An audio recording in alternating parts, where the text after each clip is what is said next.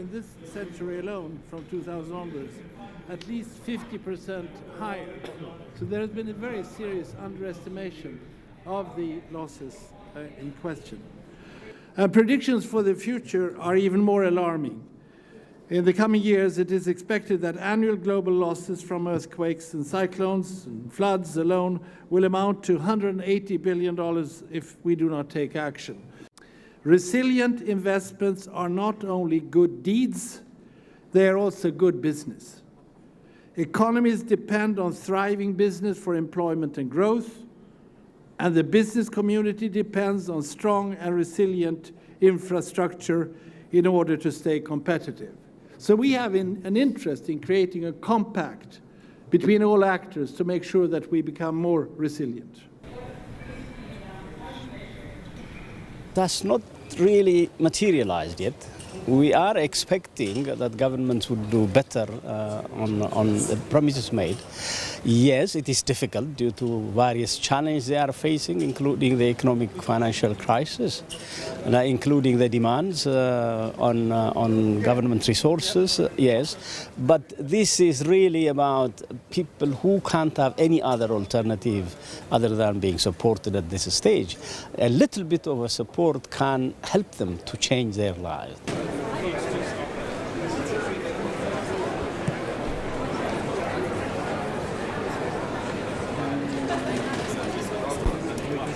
La situazione economica non solo del nostro paese ma un po' del mondo occidentale fa sì che oggi i governi siano un pochettino meno in grado di assolvere a tutti i compiti.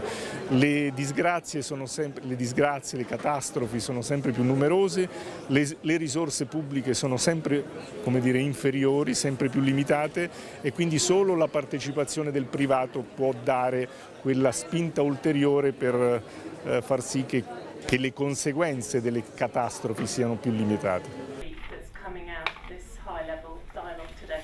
Thank you very much.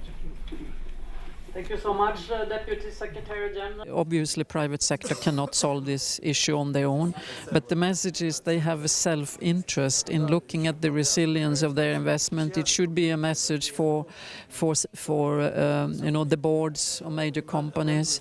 So I think for the large companies, they are actually beginning to see it. The challenge is for the small and medium-sized enterprises, and these are the ones that are embedded in communities and very critical for the community resilience. Main-d'œuvre, mais aussi des transferts directs. Et donc tout ça have sufficient resources to deal with these events, with these disasters. But we have a supply chain. We have 690,000 farmers delivering product to us directly. 2 to 3 million other farmers indirectly providing products to us. Or we have 100,000 suppliers delivering products to us which are relevant for us. All those small, medium-sized organizations, they will be much more impacted in case of such events. And we really see that over the last years. Contains the word risk. Many times at this conference, resilience is win-win. By doing things right from the start, it is much more resource efficient and eco-friendly than retrofitting later, or worse, recovering and rebuilding post-disaster. Rich, they can still do it with the right kind of planning. You know, cranes and bulldozers and diggers can be hired. They're really just commodities. Institutions and good governance can't be bought. And when things are really, really turning to custard, you need strong institutions. Thank you so much, Aaron.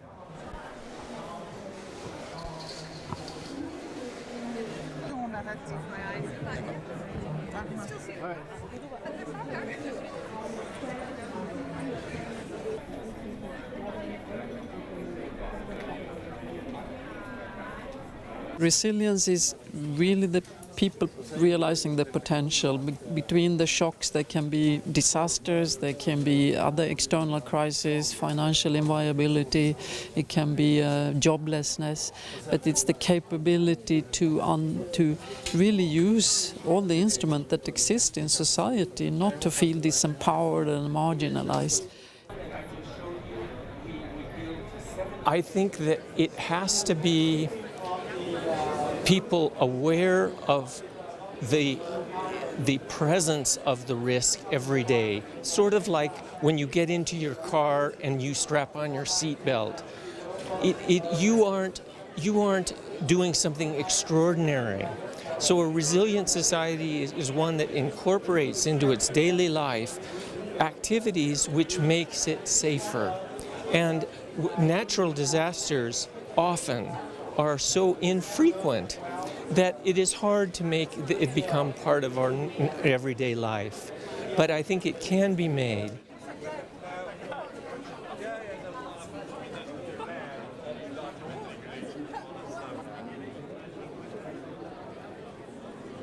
This time, our government, they have built more than 1,000 cyclone shelters, and now we have almost 4,000 cyclone shelters. So that minimizes our risks. And also we have a 700-kilometer coastline. So we also build our embankment. These two are structural issues that minimize secure the life and risks of the coastal people. Ժամանակ մենք չունեինք փրկարար ծառայություն, մենք չունեինք արտակարգ իրավիճակների նախարարություն։ Այսօր ես կխնդրեի, որ դուք գաք Հայաստան, տեսնեք, որ մենք ինչքան հզորացրել ենք այդ ամենը։ Երկրաշարժի դասերը մենք քաղել ենք, եւ երկրաշարժերը, ուժեղ երկրաշարժերը Հայաստանի Հանրապետության տարածքում եղել են եւ լինելու են, եւ մենք պետք է պատրաստ լինենք դրան։ Let us also remember that the world's many less visible events equally wreak havoc. I think prevention generally is quite a challenge. There is really no reward for prevention. I would even challenge you in media. If you have ever succeeded in getting a headline in the press on the first page with the line, the disaster did not occur. It's very hard to get something done unless you have something triggering it. And that is, I think, from a human perspective, very sad. Better commitment, from each party, meaning from government, from private, from civil society, individually, but at the same time, commitment to work together much better. Credo che il passo successivo a questa iniziativa è che si passi veramente dalle parole ai fatti. Credo che sia, almeno nel nostro Paese, la cosa più importante.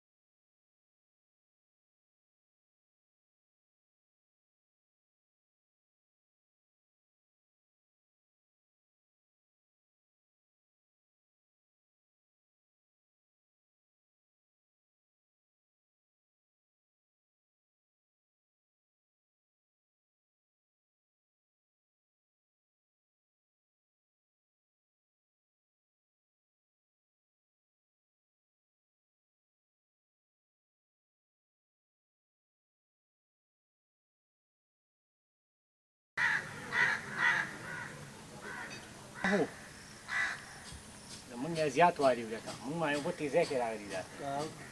Mungkin ekor subuh ekor sham. Next person, pati.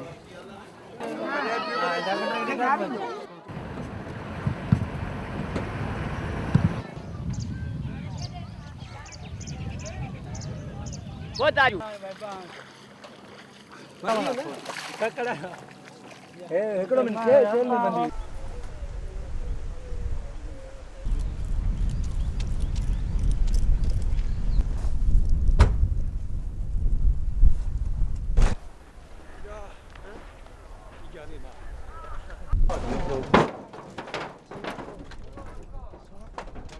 Going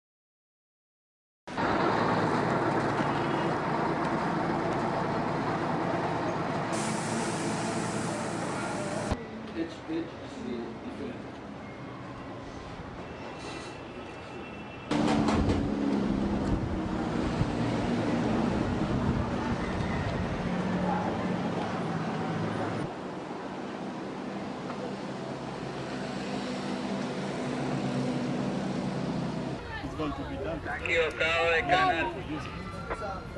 Ustedes en WhatsApp tienen un equipo especial para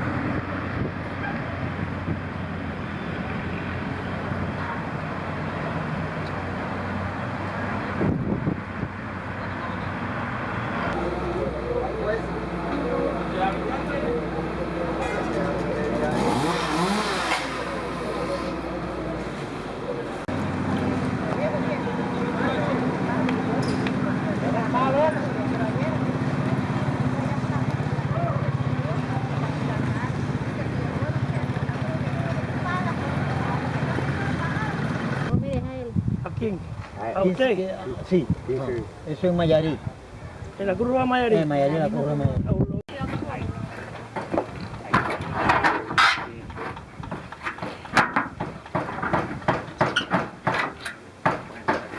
Sí. Ya lo que tú querías.